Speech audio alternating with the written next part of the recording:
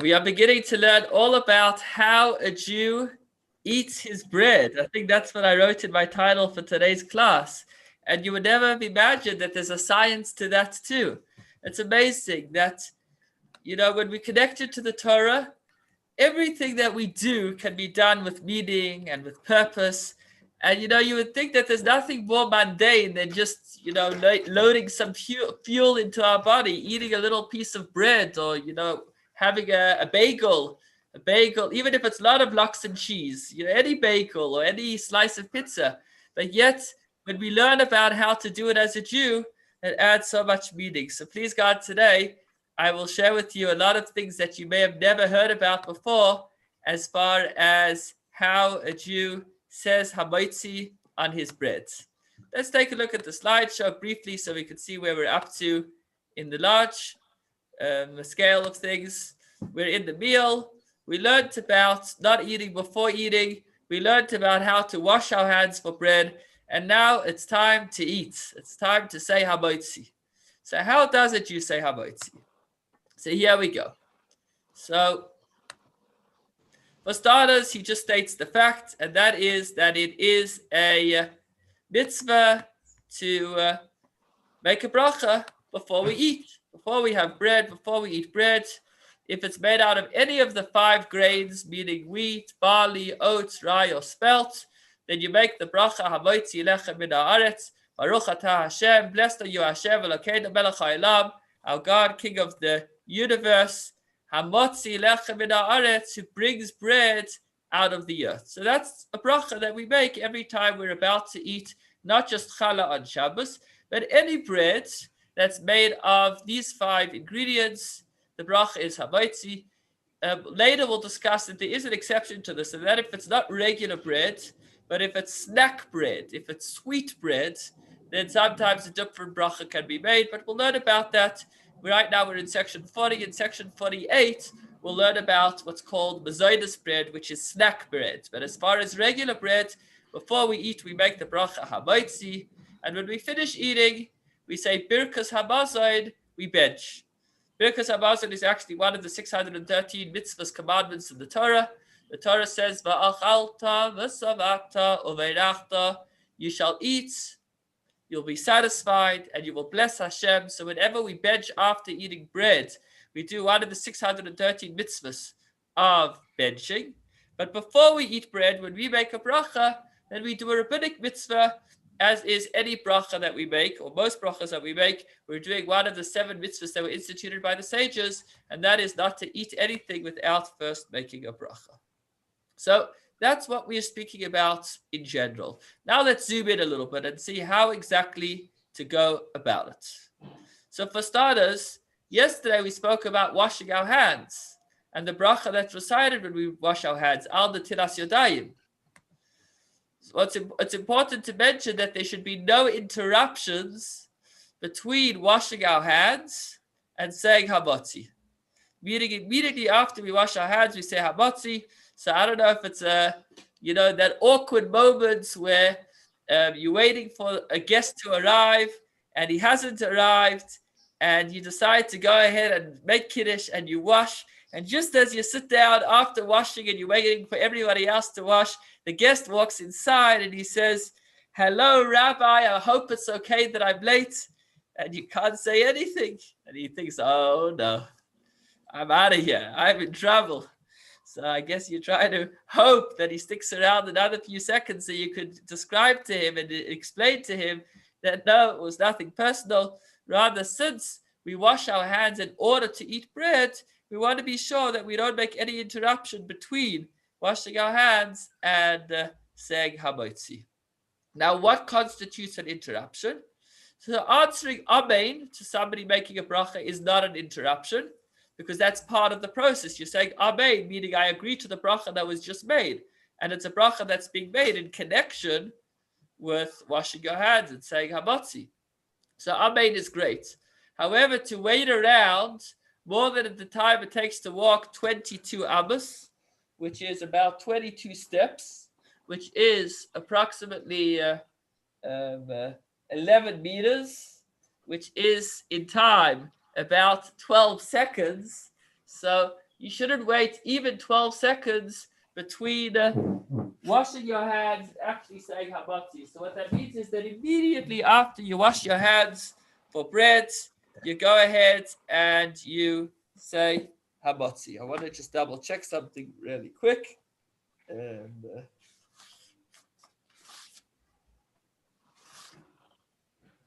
yeah. Okay.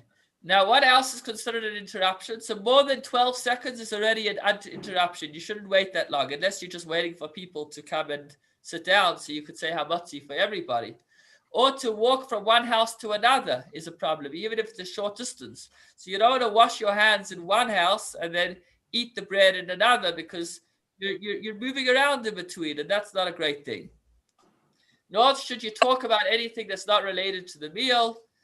However, if you did make any of these interruptions, then what was done was done. You don't need to wash again unless you made a significant interruption by having a lengthy discussion or you completely distracted your mind. So in summary, straight after washing your hands, you go ahead and say Hamotzi and try to make as little interruption as possible. Okay, so we've washed our hands and we've sat down and we are ready to eat, but we're not done yet. There's a process of how to cut the bread. Now, it's fairly simple. The point is that you want to make Hamotzi, so you say Hamotzi and then you eat. So the very first bread that you eat after making the bracha is what is associated with your bracha. So you want to make a bracha on the best part of the bread because that makes the bracha more honorable. Let me give an example. Let's say you are giving somebody a compliment and you say, I think you're such a wonderful person. So obviously you would rather give him that compliment when he is in top form than when he's in second to top form. If he's got a tuxedo and you compliment him on his shoes, so that might be somewhat of an insult. So similarly, even within one loaf of bread, the Gemara speaks about how there's the best part of your loaf of bread. So if you thought that it's just indulgence to know the best part of the bread, the Gemara already 1,500 years ago talks about it, and the Gemara tells us that when you say Hamotzi, that you should take a cut into the bread, into the best part. That way, when you thanking Hashem for this bread, when you're making a bracha, that bracha is connected with the best. So that's what he continues to discuss. So you should break off the bread at the choicest part of the loaf in honor of the bracha. Now, what is the choicest part of the bread? So that's actually a matter of opinion. But what the Gemara suggests is the crust or the hard part, because that is what's best baked. And since it's best baked, that's where it kind of splits, it cracks open on the top. That's the most delicious part of the bread. And that's where you could slice. That's where you have your first slice. And that's what the bracha will be on, because that's the part you'll be eating first. If you're an old person and you find it difficult to eat something hard, then you should cut from the soft part. So really, you cut from the part of the bread that you like most. Okay. Now, the point is, or the next point is, that although you want to cut from the best part of the bread, you don't want to get carried away with it because you want to say Hamotzi as soon after washing your hands as possible. So what's the trick? You don't always have a trick. The trick over here is, before you make the bracha Hamotzi, you look around, you find the past part of the bread that's best, and you cut into the bread a little bit. We're not talking about Shabbos. On Shabbos, instead of cutting into the bread, you just scratch the bread. But during the week, you cut into the bread a little bit, just a little bit. So you have your mark. Then you go ahead and you say the bracha Hamotzi. And then as soon as you finish making the bracha Hamotzi, you just continue along where you began the slice. So that's what he says over here. Before making the bracha, you cut into the bread a little bit, and then you make the bracha, and then you continue cutting along that same space. Now, why don't you just first cut the bread, then make the bracha, and then eat? Because we want our bracha to be as honorable a bracha as possible. Now, making a bracha over a whole loaf of bread is more honorable than making a bracha over a slice, right? If you are having somebody out for lunch, they'll be more honored if you put a complete item in front of them than if a full loaf of bread or a full challah that if you place half a challah in front of them, well, the same goes for Hashem. When we're making the bracha, we want to make the bracha while the whole bread is intact. So therefore, what we do is, before we make the bracha, we cut into it a little bit so that we know where we will cut from, but we don't cut through it completely because we want the bracha to be on a whole loaf. So first we slice a little bit to have our mark, then we make the bracha while the bread is still whole, and then we proceed to cut it into slices. Okay. Even if it's not a whole loaf of bread, even if it already is a piece of a loaf of bread, it's a half a loaf of bread or a half a bagel. So the larger the piece, the more honorable the bracha. So the same concept would apply. You would beforehand make your mark where you will be cutting it. Then, by the way, this has nothing to do with Shabbos. This is any time you eat any bread or bagels or whatever it is, or pizza. Anytime you have bread, you'll first make a mark where you will be cutting it. Then you make the bracha while it's still intact, because the larger the piece, the more honorable the bracha. And then you would go ahead and slice it up. On Shabbos, as I mentioned, you don't cut into the bread at all. Instead, you just make a scratch, because on Shabbos, you need to be sure that you're making a bracha over 2 complete loaves of bread. So 6 of which one? If it's a very thin type of bread, then that won't need to be cut. You could kind of just break it up, which maybe would be like a thin bagel that you're not planning on using with a knife. So then obviously you wouldn't need to cut it in advance. You would make your hamotzi on the total bagel, and then as soon as you finish making hamotzi, you'd be able to crack it and go ahead and partake of the delights that Hashem has given us. So we spoke about interruptions. We spoke about cutting the bread. A little bit more about cutting the bread. So we spoke about where to cut the bread, but now how much bread should you cut, or how wide should the slice that you cut be? Now this may sound super detailed, but the truth is that it makes a lot of sense once you hear the rationale behind it. Look, we're sensitive. Jews are sensitive, and we want to do everything in the best way possible. You know, when it comes to getting dressed in the morning, we want to make sure that our shirt is sparkling, clean, well ironed, we're well dressed, and everything we do in life should be in par with the way a Jew conducts himself. Now, if we're going to cut a huge slice of bread, then we're going to look like we're a glutton. That's not good. If we're going to cut a tiny slice of bread, we're going to look like we're a miser, or we're too scared to eat anything. Also not good. So therefore, this is something else to bear in mind. When we are cutting up bread to say hamotzi, we should cut a regular slice, not too big and not too small. We'll see in a moment that Shabbos is an exception to that. So I guess I've just said that outside. I'm not going to read it again inside. On Shabbos, so then you cut a big slice. Why do you cut a big slice? Because on Shabbos, it's not about you being a glutton. It's about wanting to show as much honor for the Shabbos as you can. So although during the week you specifically do not cut too big a slice, so you don't look like a glutton, when it comes to Shabbos, you do cut a large slice of bread so that you show honor for the Shabbos. Now that first slice of bread that you made the bracha on, meaning that first slice that you cut and that should be eaten specifically by a Jew in the honor of Shabbos or during the week in the honor of the bracha, this is somewhat special bread because it's the bread upon which the special bracha was made. Bracha that is one of the special mitzvahs for the Jewish people. Okay, so you'd think by now we're done, right? We washed our hands, we made sure not to interrupt, we cut the bread. What's left to say? So there's another whole discussion which is quite fascinating, and that is how to make the bracha. Now, when I say how to make the bracha, I don't mean which words to say, but I mean how to hold the bread while we're making the bracha. And here's something quite fascinating. Again, this is not just when we're making hamotzi on Shabbos. You may have never, I don't know if you did notice or you didn't notice, but if you were ever by a Shabbos meal by the rabbi or somebody that is a little more educated like you yourselves now are, you'll see that when he says hamotzi, he doesn't just make the bracha as you usually would do.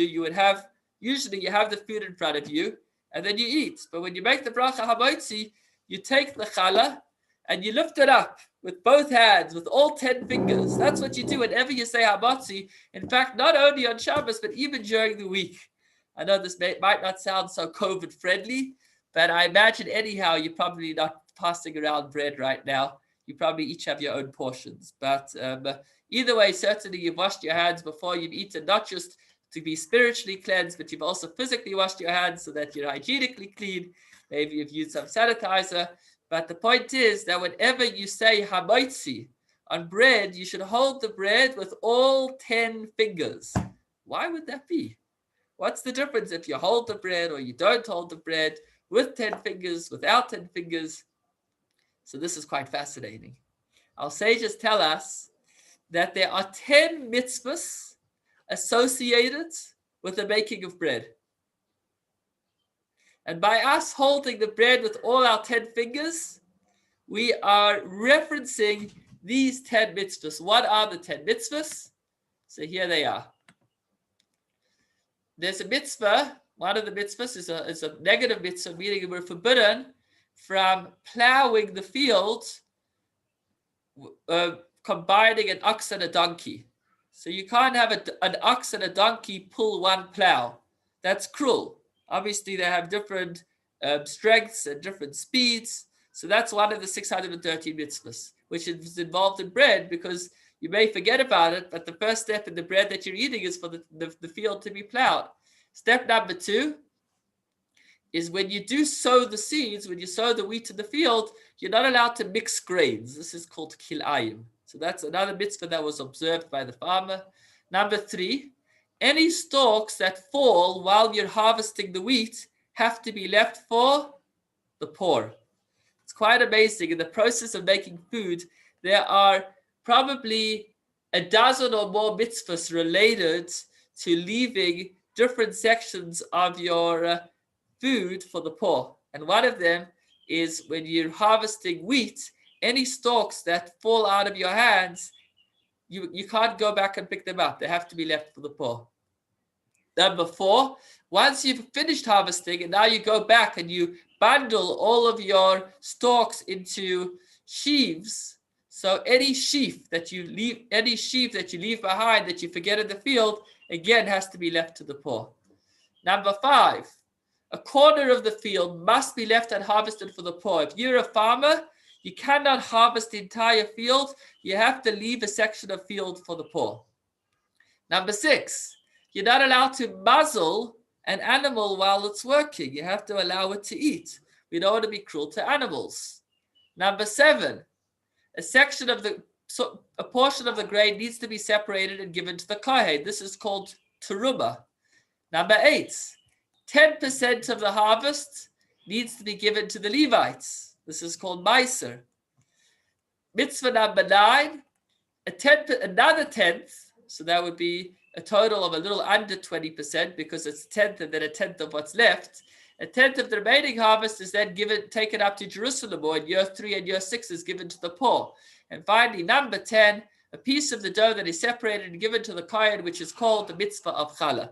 So believe it or not, in the process of making bread, 10 mitzvahs are involved. And therefore, when we say Hamotzi, we want to remember all of these 10 mitzvahs, and therefore we hold the loaf of bread with all 10 fingers. Stay tuned to learn more about how a Jew goes about eating his bread next week. But for the meantime,